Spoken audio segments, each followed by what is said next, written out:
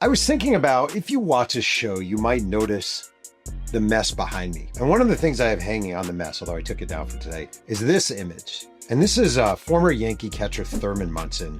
And my dad, my late father, Stanley Pearlman, bought this for me when I was a kid when we were walking through New York City past the old Daily News office building. And Thurman Munson, for a generation of sports fans, myself included, symbolized tragedy in sport, symbolized lost youth, symbolized sort of death before it should happen, death before it logically should happen. And for a generation of sports fans, in particular, a generation of New York sports fans like I was, Thurman Munson symbolized something. And recently, I actually received a message on our TikTok feed for the show from a viewer who asked me about Ken Hubbs. Can you talk about Ken Hubbs? Talk about the tragedy of Ken Hubbs.